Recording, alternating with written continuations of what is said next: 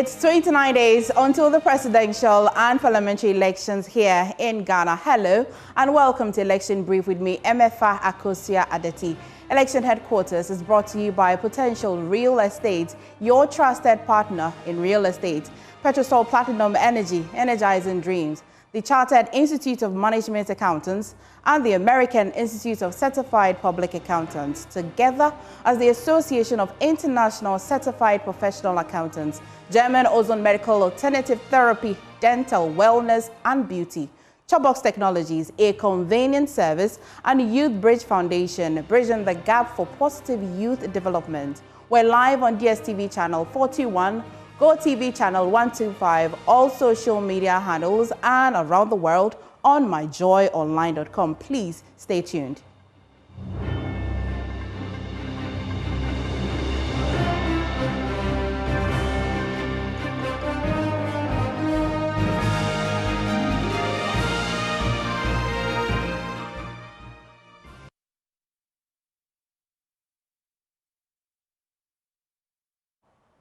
Now, first on Election Brief today, advocacy think tank CDD Ghana is asking the Electoral Commission to resort to what they call proactive disclosure of information as part of efforts to ensure electoral justice. With just 29 days to the December polls, political parties, marginalized groups, and some individuals have raised concerns about the frequency,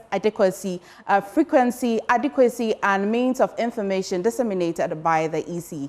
Delivering the keynote address at the public forum on access to information and election, Director of Advocacy and Policy Engagement at the CDD, Kojo Asante, recommended to the EC use of varying channels to disseminate information so the electorate will be adequately informed.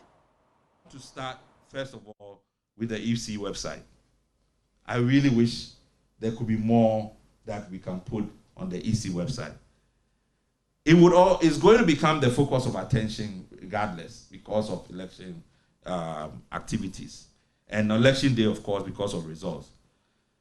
The EC has committed to publishing polling station results on this website, so that will be. But I think that it just in terms of voter and civic education, there's a lot that the EC website can do, but not in text format, as I was asking people where they get their information from. If it's not on what they call Snapchat or any of these things. So how is the EC reaching out in terms of its civic education?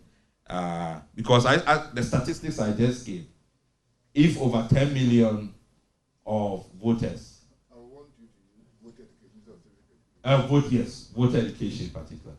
If over 10 million are between the ages of 18 and 35, I mean, how are we reaching them? Where are they getting their news? Because I know that for many of those people, they probably didn't watch chairpersons, and which was broadcast on the main media stations. But those are the ones we also want to reach. Again, the EC and the NCC should start early on the public awareness campaign on voting and counting procedures, results announcement, declaration. The National Security Task Force and the EC should also provide information and guidance on the security deployment on voting day. I know it's the National Security Task Force responsibility, but because they work with the EC in terms of who controls the perimeter, I think that information is important. It's very important because when people are hearing issues about violence and so on, they need to have clarity as to what would happen when they are in the polling areas and also in the collation center. The Chief Justice recently launched the updated version of the Election Adjudication Manual, and there are efforts to reduce the timelines for the adjudication of parliamentary petitions. But again, how we popularize these procedures for election petitions so that, I know it's a lawyer's thing, but can we educate the public a little bit as to how these things about, so that when it starts, people know what's going on. And lastly, where there is access to information, there is access to mis and disinformation. And we need a collective effort from our fact checkers, give tips to people on how to verify information, and our regulators to work with media to limit its impact. Meanwhile, Director of Training at the EC, Dr. Asare has asked citizens to also play their part by visiting the EC website for updates, especially as the general elections approaches. Let's also be proactive, because I don't know, there were a lot of adverts. Those people in the media will tell you, we advertise, and so if you didn't hear, that means that maybe you are so busy at your work schedule. But once in a while, please once in a while get time for the media. With respect for the timetable, we came with the timetable since February, and it has circulated a lot. It has circulated a lot. So the issue is that there's no way we can be targeting the individuals that maybe you have to come to your house. It's not possible. So once in a while, the general one that will be sharing, and the support of the media, there will be. So no matter how busy you are, once in a while, listen to the news, and it will be done. Now, still on the EC, after 48 hours of anticipation, the Electoral Commission says the voter data breakdown will be available on Monday, November 11th.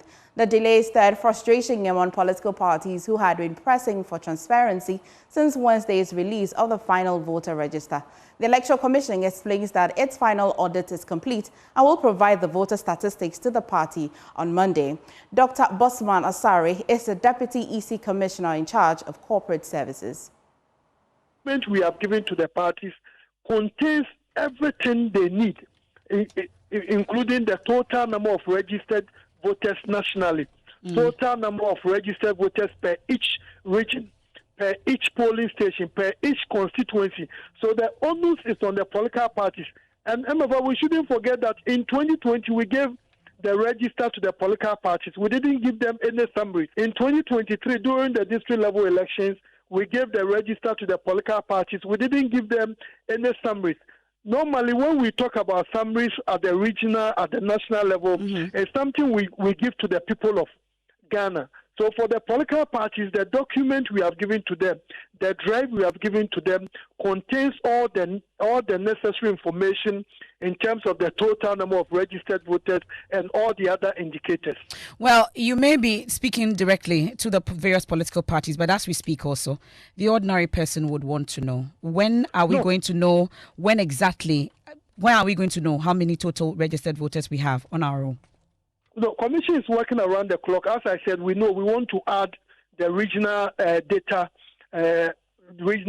in terms of total number of voters in each region and all the other indicators, exceptions, multiples, and others. So we believe that later by Monday, this information should be made public. We'll make it available to the media, to the good people of Ghana, for everyone to have access to it. Well, with just 29 days until the elections, diplomatic community in the country is getting alarmed over what they describe as signals of violence in the upcoming elections. The UK and the US are closely watching the situation. Note growing tensions as campaign rallies and public statements by candidates heat up. Despite these concerns, they remain hopeful that Ghana's long-standing tradition of peaceful elections will hold. Let's hear the UK High Commissioner Harriet Thompson and the US Ambassador Virginia Palmer. Many of us here tonight will be closely following the run-up to Ghana's elections next month. The UK doesn't support any party over another, but we strongly support Ghana's democracy.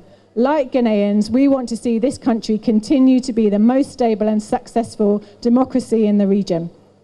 That's why we're funding independent domestic observers and why British High Commission staff will travel across the country in coordination with many other diplomatic missions to see Ghanaian democracy in action.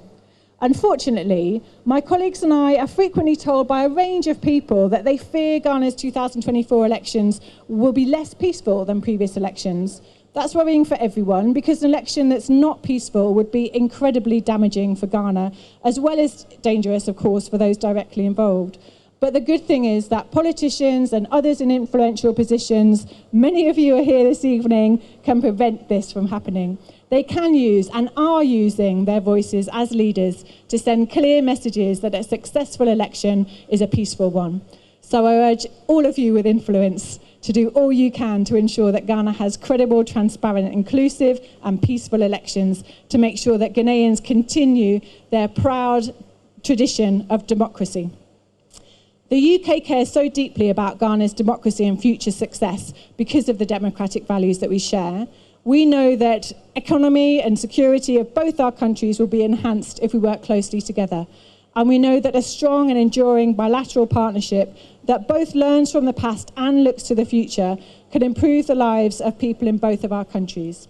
Ghana's is the last in calendar year 2024, so I think sort of the exclamation mark on a year of what celebration of democracy.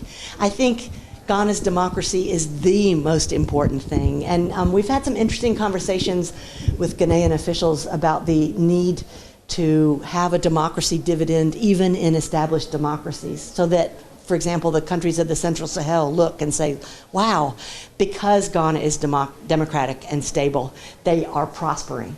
And so I'm looking to deepen the economic partnership too.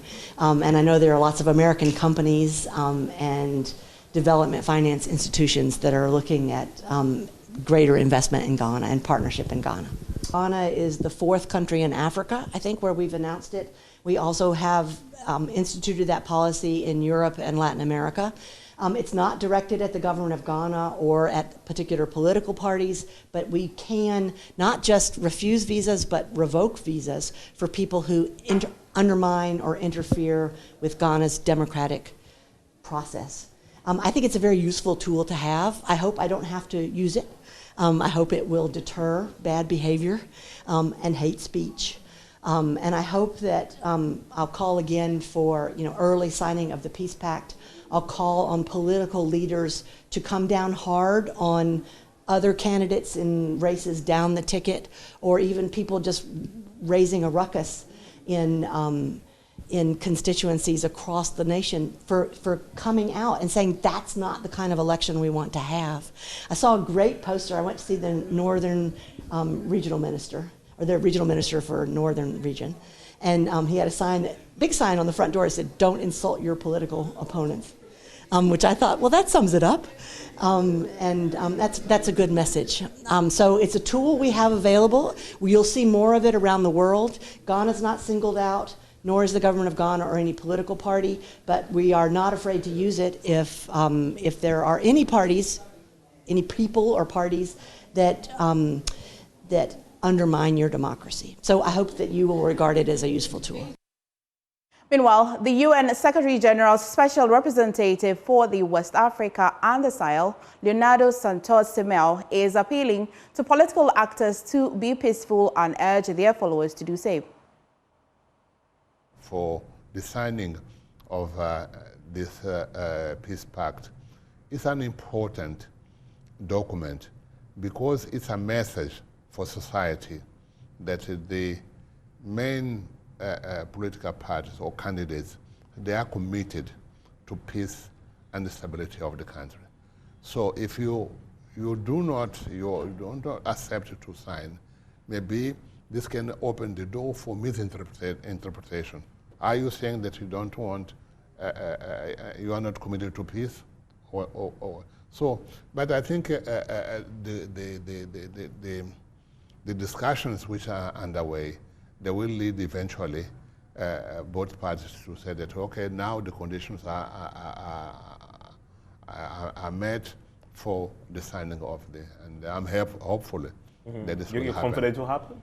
Hopefully. Both sides will sign. But what do you say to the opposition party, though? No, I will encourage the necessary stakeholders to sign. Yeah.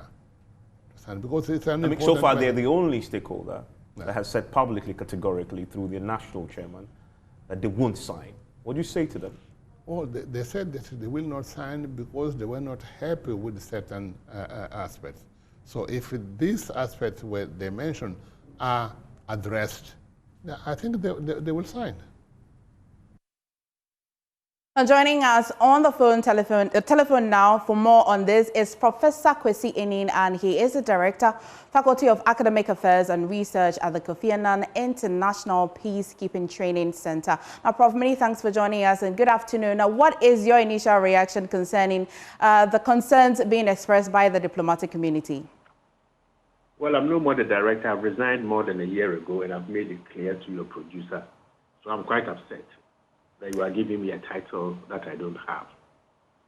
We apologize and will correct that shortly. Oh, no. You see, you are putting my life at risk because what I'm going to say might be contrary to official position, and that then gets a blowback against me because I'm supposed to be working as a governmental agent. So it has many more implications than you think. But be that as it may, what can I help you with? Thank you, and I appreciate you, Prof. But again, I'd like to have your initial reaction on the concerns that have been expressed on the diplomatic community. Well, I'm not too sure if there's a basis for those concerns. As an analyst and a keen observer of electoral processes in Ghana, I think the election 2024 so far looks to be one of the most peaceful. So from where I sit, I don't think there should be any worries to that extent. Of course, we are having a situation where some of the most critical institutions that should play a role in the elections have lost public trust. The EC, the Judiciary, and then law enforcement. But be that as it may, the two gentlemen leading the two largest parties are themselves projecting, an aura of calmness. And I think both gentlemen have made it clear about their lack of interest in winning power against, shedding Ghanaian blood. And I think that has calmed down the tensions a bit. There will always be the hardliners, the extremists on both sides, and I can reel off a couple of names on both sides who are advocating for violence, who are threatening, who are encouraging people to take, guns and cutlasses and knives to the polling stations. But I think the generality of the Ghanaian populace recognizes the usefulness of elections, and also having read a bit about what is happening outside our borders, are hanging on and saying, look, let's be reflective here. And I've been traveling around this country quite extensively, and I don't get a sense that even ordinary Ghanaians are tense and frightened. Okay. And this is what bothers me about the arrogance of the assessment by the donor community sometimes. That here we are, this is what we think, and whether you like it or not, that is right. I think the usage of visas as a tool for people supposedly who have encouraged electoral violence of sorts to be denied visas, I think it's extremely shameful. Because these same people have supported people who have become presidents in other countries, whose histories are less than palatable. You see, so I worry about the ad hoc, determination of how particular policies can be implemented. And particularly when we look at their own countries, probably where things have happened and the same rules did not apply. So I don't really set store very much by this, I will deny you a visa because you have said something that we don't like. That will not deter people from doing what they have meant to do. I think there are better ways for the international community to engage with our political leaders than this bombastic public threats. When your own backyard is less than secure. Prof, let me have your attention on the EC back here in Ghana. With just 29 days to the elections, concerns over credibility of the voter register remains a concern, especially from the NDC. What should the EC be doing at this point to reduce the doubt which we definitely could lead to a certain form of violence? Well, I think the major problem is about the display of the register, how they've arrived at particular figures for particular regions, districts, constituencies, or whatever. And I think it does not cost the EC anything to say, look, I am the referee in this game, that these are the rules, and that I am making the rules visible and accessible to all those who are taking part in the game.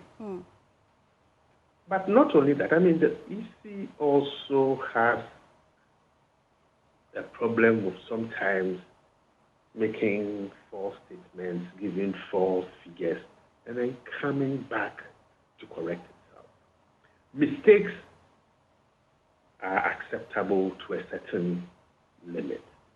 But when it becomes consistent, and particularly in a society where institutional credibility over the last 10 years have eroded, then every public institution that has a role to play in this election must begin to project a sense of trust, transparency, accessibility, and then a willingness to dialogue around issues when they are disagreement. I think the EC over time has appropriated to itself this non-dialogic approach to dealing with the concerns. Prof, again, I'd like your attention on a very important institution in this country, that will be the judiciary, especially because, according to the Mo Ibrahim Foundation, Ghana's Judicial Impartial Index has dropped significantly by 30% between 2017 and 2023. Now, how can this affect the peaceful resolution of electoral disputes? Well, I don't think it's only about electoral disputes, in the fact. The lack of trust in the judiciary has permeated way down into society to such an extent that I would describe it as potentially dangerous. And that relates closely to the elections and their capacity and willingness, actually, also to deal with electoral disputes. That has, in a certain sense, contributed to the NDC's position that were they to have a problem, they will not go to court. So we need some mediating influence or institution to start the process of building trust. We have just about 4 weeks to go, or less than 4 weeks. And therefore, it's important that the parties to this important event on 7th December sit around the table and then ask the tough questions, get the assurances and the reassurances, so that we will all head towards the elections with a free mind, cast our votes, knowing that they will be counted transparently, and then the winner then is declared. That should not be a very contentious process.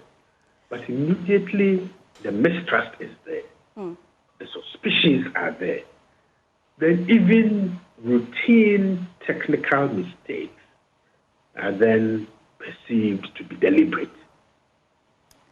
And when with the social media, these mistakes are then put into the public space, they are repeated, they are spread, then the tensions begin to rise.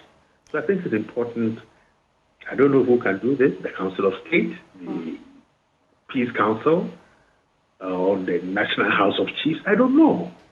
But there must be some institution in this country that is apolitical, respected, to bring the parties together. I don't believe in flimsy singing and dancing and so-called signing of peace pact. No. Enforcing it becomes a problem. Let's get institutions to work and do what their mandate says they should do, And I think we will have, an election that is free, fair, transparent, and a result that most people will. Many thank you so much, Professor Enin, for talking to us. Thank you so much. Now moving on to the NPP presidential candidate of the New Patriotic Party, Dr. Muhammadu Bawumia, has promised to establish an all-inclusive government if elected president, with a focus on empowering traditional leaders to fight against illegal mining. Speaking at a stakeholder meeting with traditional leaders in the Kwabri East constituency, Dr. Bawumia emphasized the importance of involving traditional leaders in the fight against illegal mining, which has been a major challenge for the country. The NPP presidential candidate has promised to take a holistic approach to addressing the Galamsey menace, involving not just government agencies, but traditional leaders. Nananum, yebu mai from 1957. Usha, yemfa nananum nkaho. Yedi nananom itu nchen but muna mukuta asasi yedi yana saanwa emboaye me pese mesisa mrano section 63 of the Chieftaincy Act maybe amendino yedi more powers but ma nananom na mboaye in the management and the governance of our country, because niema bebre wo ho a gise yebo nananom amane ye license for mining concessions. You have to be part of the licensing process. Ye be register ene nana no muna mukuta asasino. But most of the time mu register because asasino also mu be register asasino mu be to fees no bebre. Enyasa the dispensation eba all lands, 2 lands are nana no be register. Initially ye be register for free amamunyina, so that we encourage you to register. Because man register or man so eba obie himself sasasi we there, but mo ton dia na mo etu fee. And the NDC's presidential candidate, John Mahama, says the deceased founder of the Kama Group of Companies, Dr. Michael Ejekumadu, is just one of the many prominent individuals, alongside numerous pensioners and ordinary Ghanaians, who were pushed into financial distress due to the government's mismanagement of the economy. Speaking on the first day of his tour in the central region, John Mahama urged the residents of Ewutu-Senya East to vote out the NPP. Dr. Ejekumadu had previously expressed in March this year how his finances took a downturn following the financial sector cleanup exercise, which he severely was affected. Now, he died some days ago. And that will be all for Election Brief for today. But we'll bring you details of that story in our subsequent bulletins. Many thanks for joining us. There's more news, however, on myjoyonline.com.